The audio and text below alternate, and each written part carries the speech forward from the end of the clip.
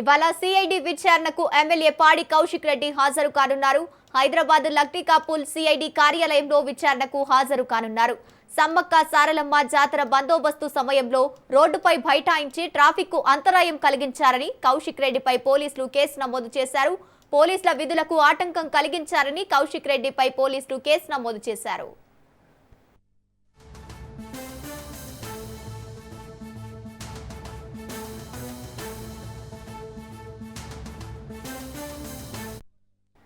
Right, ఇక ఇదే అంశానికి సంబంధించి పూర్తి డీటెయిల్స్ మా ప్రతినిధి సునీల్ లైవ్ ద్వారా అందిస్తారు. సునీల్, చెప్పండి, సిఐడి విచారణకు ఎమ్మెల్యే పాడి కౌశిక్ రెడ్డి హాజరు కానున్నట్టు తెలుస్తోంది.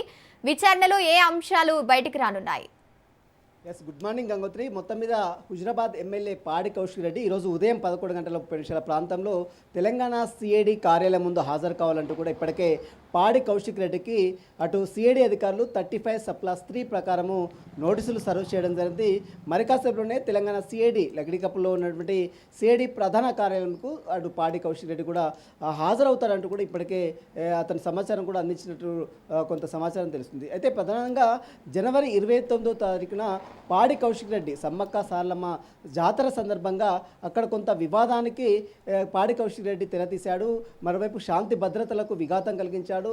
కరీంనగర్ పోలీస్ కమిషనర్పై దుర్భాషలాడారు. మరోవైపు ట్రాఫిక్ అంతరాయం కలిగించాడన్నటువంటి నెపంతో జనవరి 30వ తేదీన పాడి కౌశిక్ రెడ్డిపై అటు హుజరాబాద్ పోలీసులు కొన్ని సెక్షన్స్ కింద బిఎన్ఎస్ సెక్షన్తో పాటు బిఎన్ఎస్ఎస్ సెక్షన్ కింద పాడి కౌశిక్ రెడ్డిపై పోలీసులు కేసు నమోదు చేసుకుని జరిగింది. ఇక హుజరాబాద్ పోలీసులు నమోదు చేసినటువంటి కేసు ఆధారంగా ఇప్పుడు తెలంగాణ సిఐడి అధికారులు దీనిపై దర్యాప్తు కొనసాగించడం రాజకీయంగా తీవ్ర దుమారం రేపుతుంది. ప్రస్తుతం పాడి కౌశిక్ రెడ్డి అంటే ఎక్కడ ఏ వివాదం జరిగినా అందులో పాడి కౌశిక్ రెడ్డి వస్తూనే ఉంటారు. ఇటీవల కాలంలో గతంలో అరకపుడి గాంధీకి సంబంధించినటువంటి ఎమ్మెల్యే విషయంలో కావచ్చు, మరోవైపు ఇటీవల పోలీస్ కమిషనర్ విషయంలో కావచ్చు, మరోవైపు ఇటీవల జరిగినటువంటి అసెంబ్లీ సమావేశంలో కడియం శ్రేయర్ విషయంలో కావచ్చు, ఇది అన్ని విషయంలో కూడా పాడి కౌశిక్ రెడ్డి వివాదాస్పదంగా అతని తీరు మారినటువంటి పరిస్థితి కనబడుతుంది.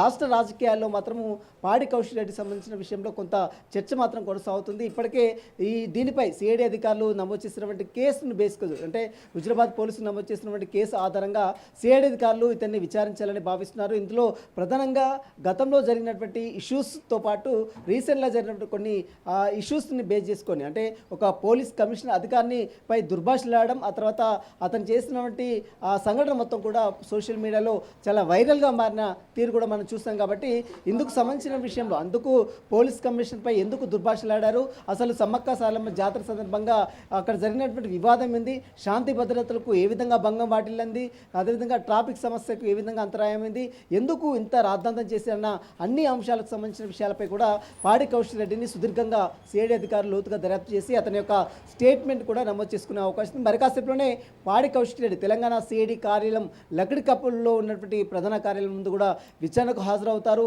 ఇక పాడి కౌశిక్ రెడ్డికి సిఐడి అధికారులు నోటీసులు సర్వ్ చేయడం అటు బీఆర్ఎస్ రాజకీయ వర్గాల్లో కూడా కొంత చర్చ కొనసాగుతుంది.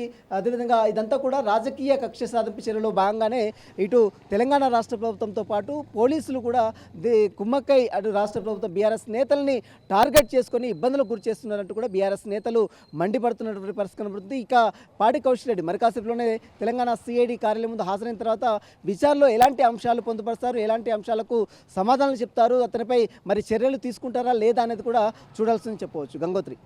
Right, thank you Sunil.